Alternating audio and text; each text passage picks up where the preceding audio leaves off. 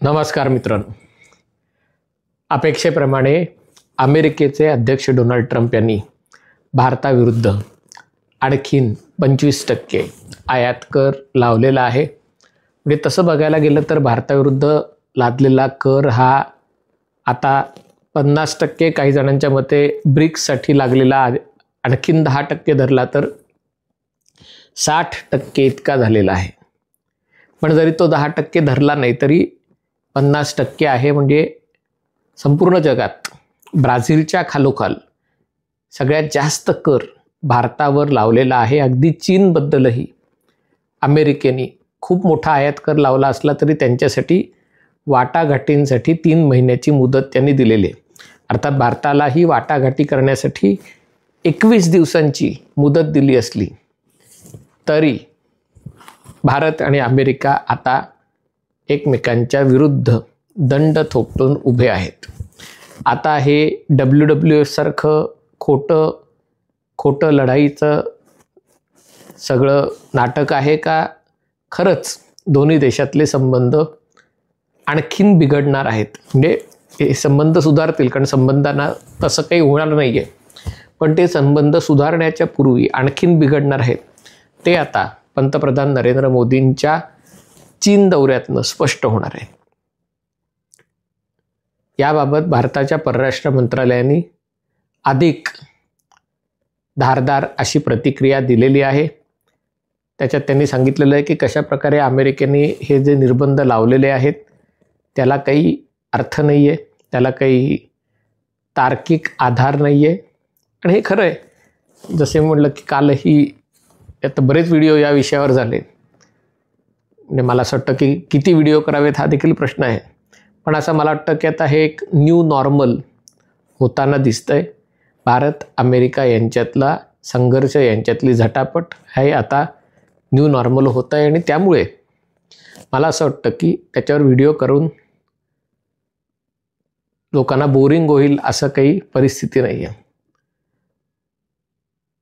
आता आपल्याला लक्षात घेतलं पाहिजे की अमेरिका हे का करत आहे, कारण याला काही अर्थ नाही की ट्रम्प हा वेडा माणूस आहे, काहीतरी त्यांच्या डोक्यात येतं म्हणून काहीतरी करत आहे। आज एक नवीन दृष्टिकोन याच्यासमोर आलेला आहे आणि तो समजून घेणं अशासाठी आवश्यक आहे की वेगवेगळे देश आंतरराष्ट्रीय संबंधांमध्ये स्वतःच्या देशाच्या हिताच्या रक्षणासाठी कोणत्या थराला जाऊ शकतात ते। आपल्या सगळ्यांना माहिती आहे की अमेरिका हा आता जगातला सगळ्यात मोठा तेल उत्पादक देश आहे। जरी तेलाचं उत्पादन सगळ्यात जास्त असलं तरी हे तेल जमिनीखालून जर काढायचं असेल तर त्याच्यासाठी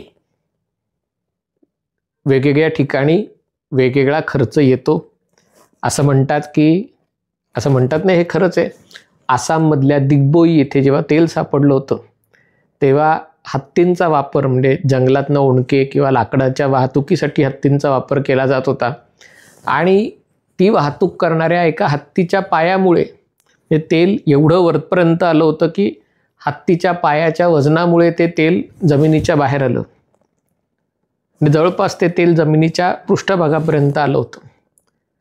अशाच प्रकारे इराण असेल, सौदी अरेबिया असेल, इराक असेल, त्या आखाती देश आहेत जिथे अनेक तेल विहिरी आहेत की ज्या जमिनीच्या खालती खूप कमी अंतरावर या विहिरी आहेत। पुन्हा हा सगळा वाळवंटी भाग असल्यामुळे विहिरी खणायलाही फार तिथे कष्ट पडत नाहीत।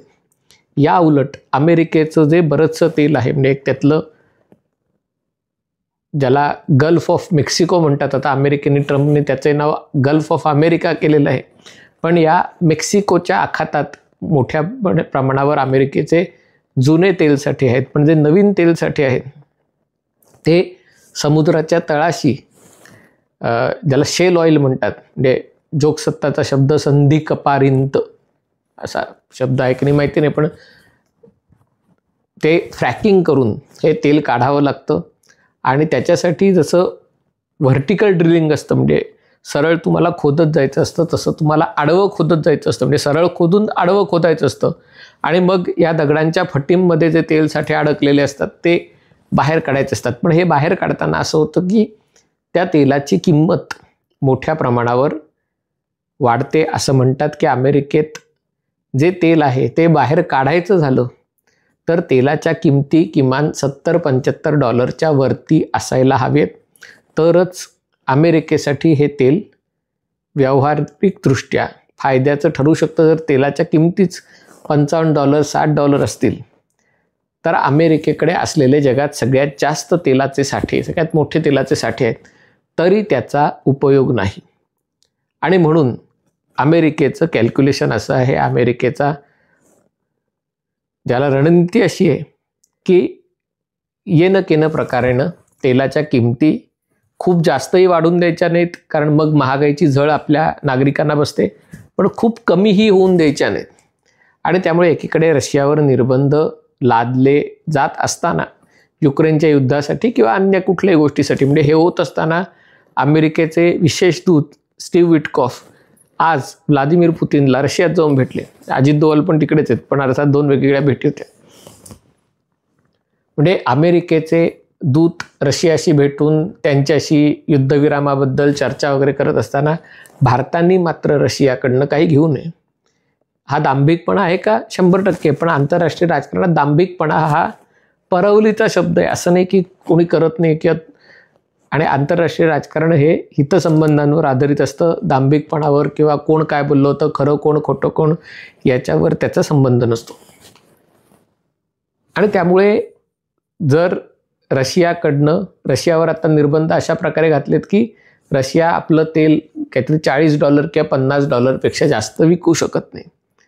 त्या जास्त किमतीला जर विकलं तर जे कोणी देश किंवा ज्या कोणी कंपन्या सगळं हे तेल घेत आहेत, ज्या कंपन्या हे तेल शुद्ध करत आहेत, ज्या कंपन्या हे तेल प्रक्रिया करून विकत आहेत, त्या सगळ्यांवर निर्बंध येतील. आता याच्यामध्ये मेख काय आहे ते समजून घेणं आवश्यक आहे. की भारताचं असं म्हणणं आहे की आम्ही रशियाकडनं तेल घेतच नाही. म्हणजे भारत रशिया या देशाकडनं तेल घेत नाही. रशिया जे तेल उत्खनन करतो ते त्याचे काळाबाजारी म्हणा, त्याचे ट्रेडिंग कंपनीज म्हणा, त्या कंपन्या हे तेल विकत घेतात आणि ती जहाजं भरून ते समुद्रात पाठवतात आणि भारत ह्या जहाजांकडनं, या कंपन्यांकडनं तेल घेतो. म्हणजे कायदेशीररित्या आपण रशियाला पैसे देत नाहीत, रशियन सरकारला सगळे पैसे देत नाहीत. कायदेशीररित्या आपण या कंपन्यांना तिसऱ्या कुठल्या तरी देशातल्या, अमेरिकेचं म्हणणं, युरोपचं म्हणणं ह्या सगळा बनाव आहे, तुम्ही रशियाकडनं तेल घेताय, हे रशियाचं तेल आहे, तुम्ही कुठूनही घ्या, तुम्ही जपानच्या समुद्रातनं घ्या, तुम्ही आफ्रिकेच्या समुद्रातनं घ्या, हे रशियन तेल तुम्ही घेतात आणि ते रशियाचं तेल म्हणून धरलं जाईल. भारताचं म्हणणं आहे आमचं आहे की रशियाचं तेल पहिली गोष्ट हे समुद्रातनं घेतलेलं तेल आहे, थर्ड पार्टी ऑइल आहे, ते रशियातनं आलं आहे का, नायजेरियातनं आलं आहे का, कोरियातनं आलं आहे का, व्हेनेझुएलातनं आलं आहे, त्याच्याशी आम्हाला काही देणं घेणं नाही. आम्हाला समुद्रात $50 एक बॅरल तेल मिळालं आणि बाजारात भाव $70 आहे, तर आम्ही का घेऊ नये. आणि अशा प्रकारे जर चीन तेल घेत आहे, भारत तेल घेत आहे, तर तेल घेतल्यावर अमेरिकेकडे सगळ्यात जास्त तेल असून त्याचा फायदा त्यांना काय. आणि म्हणून अमेरिकेला याच्यामध्ये तेलाच्या किमतीही वाढवायच्या आहेत. आणि म्हणून रशियाकडनं तेल घेतलं म्हणून जर भारतावर निर्बंध टाकले तर तेलाच्या किमती चढ्या राहतील, हे अमेरिकेला ठाऊक आहे. आणि बहुतेक म्हणून हा खटाटोप आहे. पण दुसरीकडे याची म्हणजे काय काळ्या ढगाची चंदेरी रेघ असते. आणि चीनलाही अमेरिकेने कर वाढवत जाऊन 150% वगैरे कर लावला आणि मग एवढा कर लागल्यावर मग अमेरिका आणि चीन वाटाघाटी झाले आणि आता तो कर थोडा कमी आहे. आता आपल्याविरुद्ध जर 50% झालेला असेल तर कदाचित आणखीन 25-50% लावून टाका, एकदा 100% कर लावा आणि मग वाटाघाटीला बसा आणि मग बसा आणि ठरवा. असं जर झालं तर काही हरकत नाही आहे. पण पंतप्रधान नरेंद्र मोदी चीनला जाणार, तिथे त्यांच्यात काय होतं याच्यावर अमेरिकेचं लक्ष असेल. रशियाचे अध्यक्ष व्लादिमीर पुतीन भारतात येणार आहेत, त्याच्याकडे काय होतं त्याच्याकडे अमेरिकेचं लक्ष असेल. आणि म्हणून म्हटलं की आता एका या नवीन झटापटीच्या मैत्रीला सुरुवात झालेली आहे. म्हणजे जरी मैत्री भारत आणि अमेरिका यांच्यातली शाबूत असली आणि राहणार असली तरी एकमेकांना झटापट करून तू एक मारलं तर तुला एक मारणार, अशा प्रकारची फेज, अशा प्रकारची परिस्थिती याच्यात आलेली आहे.